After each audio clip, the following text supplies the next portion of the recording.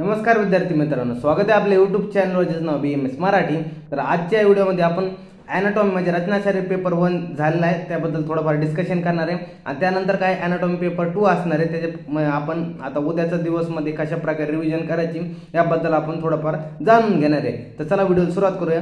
तर आजचा जो ॲनाटॉमी पेपर 1 झाला आहे म्हणजे रचनाशास्त्र पेपर 1 झाला आहे, तर बऱ्याच विद्यार्थ्याला असा कसा मीडियम प्रकारे हा पेपर गेला आहे। म्हणजे काही विद्यार्थ्यांचं म्हणणं आलं सर आपण जे ग्रुपवरती पोल वगैरे घेतला तर बऱ्याच विद्यार्थ्यांचं मत आहे की मीडियम स्वरूपात पेपर होता, बऱ्याच विद्यार्थ्यांचं म्हणणं सर हार्ड पेपर होता, काही विद्यार्थ्यांना अटेम्प्टच केले नाही क्वेश्चन, त्यांना क्वेश्चनच कळले नाही, अशा प्रकारे बऱ्याच विद्यार्थ्यांना सोपा सुद्धा पेपर गेला आहे। आणि काही विद्यार्थी जे MCQ वगैरे आपण घेतले होते तर ते MCQ मधले बरेचसे MCQ काही असे पडले होते, असे बऱ्याच विद्यार्थ्यांना मेसेज वगैरे आला।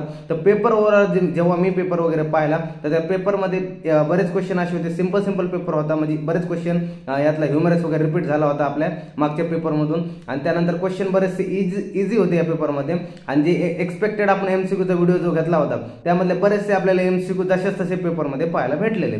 तर अशा रीतीने पूर्ण पेपर होता, पण पेपर ओव्हरऑल जर पाहायला गेला तर खरंच सोपा पेपर होता। ज्या विद्यार्थ्यांना आपल्या ॲनाटॉमी इम्पॉर्टंट क्वेश्चन म्हणून असा व्हिडिओ होता आपला पेपर 1चा, मी जो लिंक वगैरे टाकली होती मागच्या 2-3 दिवसाच्या म्हणजे या व्हिडिओमध्ये, आणि ज्या विद्यार्थ्याला व्ह्यूज पण त्या व्हिडिओला जवळपास 2700 व्ह्यूज आहेत त्या व्हिडिओला, तर ज्या विद्यार्थ्यांनी तो व्हिडिओ पाहिला असेल तर त्या व्हिडिओमधले फक्त एक क्वेश्चन सोडला, म्हणजे कोणता SCQचा क्वेश्चन सोडला, जी मसल आलेली आपल्याला तेवढी मसल जर सोडली तर बाकीचं जवळपास किती 95 मार्काचा पेपर, 95 मार्क्स पेपर म्हणतो मी, सगळेच फक्त एक SCQ सोडला तर सगळे त्या इम्पॉर्टंट क्वेश्चन मधला सगळेच होते। ते TBIचा असो, त्यानंतर जे ॲड्रेनल ग्लँड वगैरे आली, राईट ॲड्रेनल ग्लँड आली, ह्युमरस आलता, त्यानंतर काय गर्भ व्याख्या वगैरे झालं, त्यानंतर पाहिलं स्पायनल कॉर्डवरती तर मी 2 स्टार केलेले आहेत की स्पायनल कॉर्ड पेपरमध्ये येऊ शकतो वगैरे।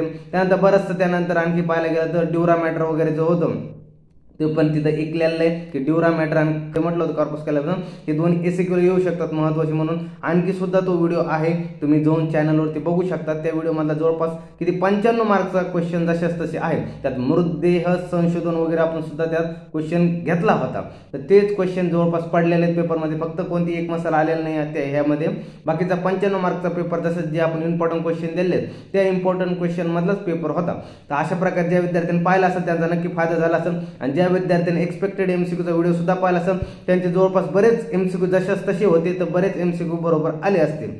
त्यानंतर आता चला, हे झाला ॲनाटॉमी पेपर 1, पण आणखी एक जर काय झालं, आता काही विद्यार्थी म्हणले सर पेपर खरंच म्हणजे आमच्याकडून आम्हाला कळलं नाही वगैरे की काय कशा प्रकारे लिहायचा होता पेपर, त्यामध्ये आम्ही कसं पण लिहून आलो गडबडमध्ये, आणि आमचे बरेचसे MCQ वगैरे पण खालीवर झालेत, काय नाही बरोबर येतील की नाही माहीत नाही, 40-45 मार्क होती पडत आहे। काही विद्यार्थ्याचं म्हणणं नाही सर खूपच पेपर हार्ड गेला, तर भिऊ नका, काळजी करू नका, आणखी तुमच्याकडे ॲनाटॉमी पेपर 2चा पेपर हा राहिलेला आहे। ज्या विद्यार्थ्यांना 40-45 अवतीभोवती जरी मार्क येत असतील त्यांनी उद्याचा जो ॲनाटॉमी पेपर 2 आहे तर त्यामध्ये तुम्ही नाही का चांगले मार्क घेऊन काय पासिंग काढू शकतात त्या विषयामध्ये। तर आता उद्याचा तुम्हाला पेपरसाठी अभ्यास करायचा, उद्याच म्हणजे परवाच्या पेपरचा अभ्यास करायचा, तर त्यासाठी तुम्हाला काय करायचं, आता ब्ल्यू प्रिंटनुसार आपल्याला जायचं आहे अगोदर, तर ॲनाटॉमी पेपर 2चा आपल्याला अगोदर करायचं। आता आजचा दिवस असणार आहे तुमच्याकडे, आजचा दिवस म्हणजे आजची रात्र असणार आहे आणि उद्याचा दिवस असणार आहे, तर यामध्ये आजची रात्र आणि उद्या दिवस मध्ये तुम्हाला अभ्यास करायचा। आता कशा प्रकारे अभ्यास करायचा ते जाणून घेऊया अगोदर। तुम्हाला आता उद्या जो पेपर असेल त्यामध्ये सगळ्यात जास्त पोर्शन असणार आहे आयुर्वेदचा आणि थोडाफार पोर्शन असणार आहे ते मॉडर्नचा, अशा प्रकारे। तर जे तुम्हाला आयुर्वेदचा पोर्शन जास्त असणार आहे पेपरमध्ये, त्यामुळे तुम्हाला चांगला आयुर्वेदचं कव्हर करून ठेवायचं। त्यामुळे तुम्हाला कोष्ठ झालं, आशय झालं, त्यानंतर प्रमाण, मर्म, त्यानंतर शिरा, धमनी, स्त्रोतस, त्यानंतर कला, त्वचा आणि इंद्रिय, जवळपास एवढा पार्ट आपल्याला आयुर्वेदिकला आहे आपल्या पेपर 2 मध्ये। त्यामुळे तुम्हाला काय करायचं, आजच्या रात्रमध्ये तुम्हाला एवढं सगळं कव्हर करून ठेवायचं। काय कोष्ठ करायचं, आशय करायचं, 15-20 मिनिटचा टॉपिक आहे, जास्त काही नाही। त्यानंतर प्रमाण झाले, प्रमाणावरती फक्त MCQ येतात, 2 मार्कचं वेटेज आपल्या ब्लू प्रिंटमध्ये, तर तरी करून ठेवा। आपण त्याच्यावर ट्रिक सुद्धा टाकलेली आपल्या चॅनलवरती, ती नक्की बघून घ्या। मर्मशारीवरती तुम्हाला LAQ पण दिसू शकतो पेपरमध्ये आणि SCQ सुद्धा दिसेल, तर LAQचं वेटेज आहे आणि SCQ सुद्धा दिसेल तुम्हाला पेपरमध्ये। खूप महत्त्वाचा टॉपिक आहे, तो कव्हर करून ठेवा। त्यानंतर शिरा, धमनी, स्त्रोतच झालं, यावरती तुम्हाला LAQ आणि SCQ सुद्धा वेटेज आहे। त्यामुळे छान टॉपिक करून ठेवा. आणि त्यानंतर कला, त्वचा, इंद्रिय एवढं टोटल आयुर्वेदचं पोर्शन होतं पेपर 2 साठी. आजच्या रात्रामध्ये तुम्हाला एवढं सगळं कव्हर करून ठेवायचं आहे. त्यासोबत तुम्हाला आजच्या रात्रामध्ये एवढं झालं, त्यानंतर उद्या दिवस असेल त्यामध्ये तुम्हाला दिवसात 3 स्लॉट करायचे. सांगितल्याप्रमाणे आपण दर पेपरला सांगत असतो दिवसात 3 स्लॉट करून अभ्यास करायचा.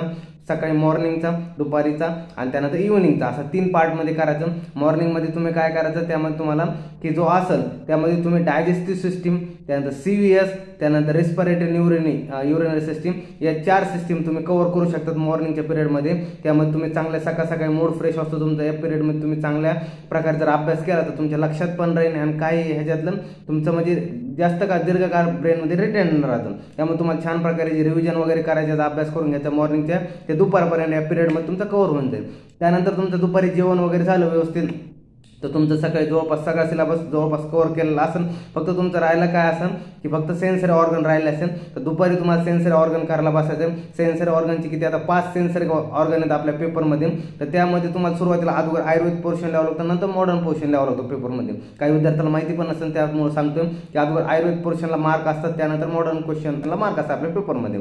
त्यामध्ये तुम्हाला अगोदर आयुर्वेद पोर्शन करायचं आणि नंतर मॉडर्न पोर्शन करायचं, म्हणजे अशा प्रकारे पेपरमध्ये लिहिताना लिहायचं असं. त्यानंतर सांगत गेलं की जे 3 ते 4 जवळपास जे सेन्सरी ऑर्गन ते आपल्या चॅनलवरती ऑलरेडी अपलोडेड आहे आणि याची PDF आपल्या टेलिग्राम चॅनलवरती सुद्धा अपलोड आहे. ज्या विद्यार्थ्याचं आणखी सुद्धा सेन्सरी ऑर्गन झालेलं नाही त्यांनी रिव्हिजन म्हणून किंवा अभ्यासासाठी सुद्धा याचे व्हिडिओ पाहू शकतात. आणि उद्यापर्यंत 5च्या 5 जे असतील सेन्सरी ऑर्गनचे व्हिडिओ आपल्या चॅनलवरती अपलोड होऊन जाते, जेणेकरून तुमचा जो उद्या जो एलिक्यू असेल 4था एलिक्यू तो फिक्स राहील. व सेन्सरी ऑर्गन म्हणजे फिक्स असतो पेपरमध्ये, येतो म्हणजे येतोच. तर करून ठेवा. हे 5 सेन्सरी ऑर्गन असेल त्याची नोट्स पण अवेलेबल आहे आपल्या टेलिग्रामवरती आणि त्याचे व्हिडिओ पण तुम्हाला फक्त एक ते आणि त्यानंतर काय इयरचा राहिला अर्धा, तर इयरचा पण अपलोड होऊन जाईल. आणि आयबॉल वगैरे राहिला फक्त तेवढं तुम्हाला भेटून जाईल व्हिडिओ लवकर. त्यामुळे तुम्ही चांगला सेन्सर ऑर्गन वगैरे करून ठेवा. त्यानंतर तुमचा जे असेल तर इम्पॉर्टंट क्वेश्चनचा नक्की व्हिडिओ पाहून जा. त्यामुळे तुम्हाला काय इम्पॉर्टंट आहे वगैरे तुम्हाला नक्की कळत. आणि त्यानुसार काय जो असेल उर्वरित तुम्हाला जर वेळ भेटला त्यामुळे तुम्हाला आणखी सुद्धा जे तुमचं राहिलं असेल, जसं की एखादा दुसरा जर ऑड पडला, दर व्हिडिओमध्ये सांगतो मी, एक एलिक्यून 2 एसिक्यून हमखास ऑड धरून चालायचे पेपरमध्ये. कधी काय 2 हे 3 क्वेश्चन कसे पडतील म्हणून की 20 मार्कसाठी एक एलिक्यून 2 एसिक्यू कसे ऑड येतील म्हणून सांगता येत नसतं. त्यामुळे काय करायचं, वेळ असेल त्या वेळेमध्ये तुम्ही एकदा सगळं डोळ्या खोलून घालण्याचा प्रयत्न करायचा, जेणेकरून तुमचा जो क्वेश्चन असेल तो कुठेही तुमचा राहणार नाही. आणि विद्यार्थ्याला कसं असेल की पेपरमध्ये लिहिताय तुम्ही तर काय करताय, तुम्ही अटेम्प्ट करून येत जा क्वेश्चन. बरेच विद्यार्थी बघतोय मी की असे म्हणतायत की सर आमचा हा क्वेश्चन राहिला आणि मी लिहून नाही आलो. अटेम्प्टला मार्क असतात, अटेम्प्ट करीत जा पेपर, त्या रिलेट लिहित जा पेपरमध्ये. जर समजा तुम्हाला जर क्वेश्चन येतोय बाबा बऱ्यापैकी, तुम्हाला 100% नाही 70% येतोय, तर 70% तुमचं छान भाषेत मांडण्याचा प्रयत्न करा. तुम्हाला कशा प्रकारे पेपरमध्ये लिहिते. हिप जॉईंट जर विचारलं तर हिप जॉईंटच लिहा, दुसरा नी जॉईंट लिहू नका. पण जे विचारलंय तेच रिलेट लिहा. फक्त तुम्हाला कसं की पेपरमध्ये तुम्हाला जेवढं येतं त्याबद्दलचं माहिती, त्यामुळे तुम्हाला अटेम्प्टला चांगले मार्क मिळू शकतात. त्यामुळे तुमची पासिंग इझिली होऊ शकते. तर अशा प्रकारे ओव्हरऑल आपण पेपर 2चं पण पाहून घेतलंय, कशा प्रकारे अभ्यास करायचा आपल्याला कोणता आजची रात्र उद्याच्या दिवसमध्ये. आणि त्यानंतर तुमचा जो उर्वरित वेळ असेल जर तुम्हाला भेटला, त्यानंतर मग पुन्हा तुम्हाला एकदा जे आयुर्वेदवर जास्त रिव्हिजन ठेवायची, आयुर्वेद पोर्शन होती. आणि सेन्सरी ऑर्गन वगैरे असेल, डायजेस्टिव्ह सिस्टीममध्ये जास्त काय नाही, मोजकेच क्वेश्चन आहेत की जे एलिक्यूल येऊ शकतात वगैरे, जसं पॅनक्रियाज वगैरे झाले. बरेचसे इम्पॉर्टंट क्वेश्चन मध्ये तुम्ही बघून घ्या, त्यामध्ये तुम्हाला दिसून जाईल. त्यानंतर CVS मध्ये हार्ट वगैरे करून ठेवा, आयुर्वेदनुसार पण हृदय करून ठेवा, मॉडर्ननुसार पण हार्ट करून ठेवा. आणि यावर तुम्हाला ECQ सुद्धा पाहायला मिळू शकतो पेपरमध्ये. शिराधमनी स्रोतस वगैरे, स्रोतसवरती मागचे 1-2 वर्षात क्वेश्चन नाही दिसलेला, पण उद्याच पेपरमध्ये स्रोतसवरती ECQ पाहायला मिळू शकतो तुम्हाला. अशा प्रकारे टोटल पेपर 2चं हा मार्गदर्शन होतं. तर व्हिडिओ आवडला असेल चॅनल लाईक शेअर सबस्क्राईब करा. आणि विद्यार्थ्यांना काळजी करायचं नाही, ज्या विद्यार्थ्यांना आजच्या पेपरमध्ये जरी कमी मार्क येत असेल तर टेन्शन करू नका. उद्याच तुम्हाला अॅनाटॉमी पेपर 2 आहे, त्यामुळे तुम्ही पासिंग काढू शकता. असं नाराज व्हायचं नाही, खच्ची व्हायचं नाही. तुम्हाला की मनाला वाटत असेल सर पेपर 1 खराब झाला तर पेपर 2 मध्ये देऊन काय फायदा, असं नसतंय. पेपर 2 ला पण छान मार्क येतात, सिलेबस आहे. पण पेपर 1 मध्ये जर थोडंफार जरी झालं असेल तर पेपर 2 मध्ये तुम्ही कव्हर करून इझिली पासिंग काढू शकता.